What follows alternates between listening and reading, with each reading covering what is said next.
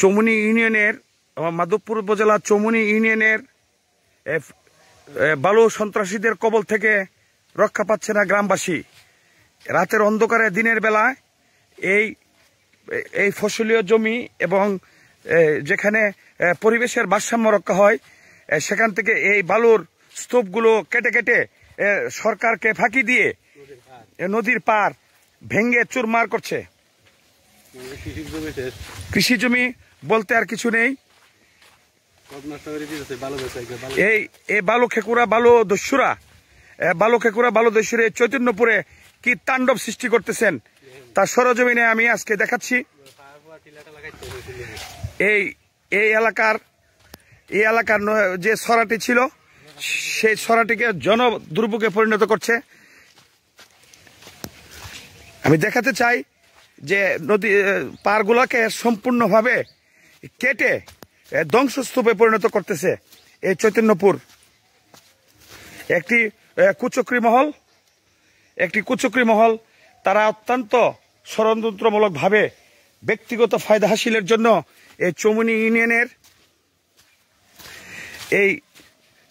এই জায়গাগুলোকে সম্পূর্ণ কেটে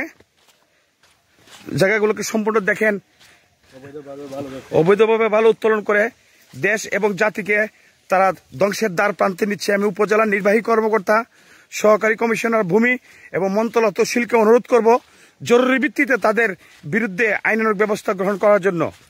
এখানে এই ছড়াটিকে ধ্বংসস্তূপে খেয়েছে এবং ছড়ার যে পার ছিল সে পারগুলোকে একদম ধ্বংস করে দিচ্ছে বালু সন্ত্রাসীরা। এখান থেকে ট্র্যাক্টর দিয়ে এই বালু সন্ত্রাসীগুলা এই সমস্ত কর্মকাণ্ড করছে।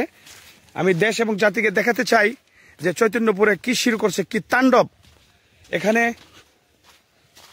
বালু সন্ত্রাসীরা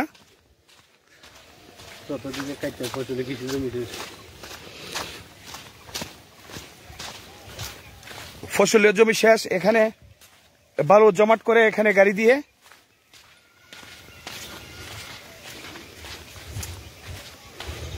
এই চৈতন্যপুর গ্রামকে অচেতন করে দিচ্ছে। বালু সন্ত্রাসীরা, বালু খেকুরা।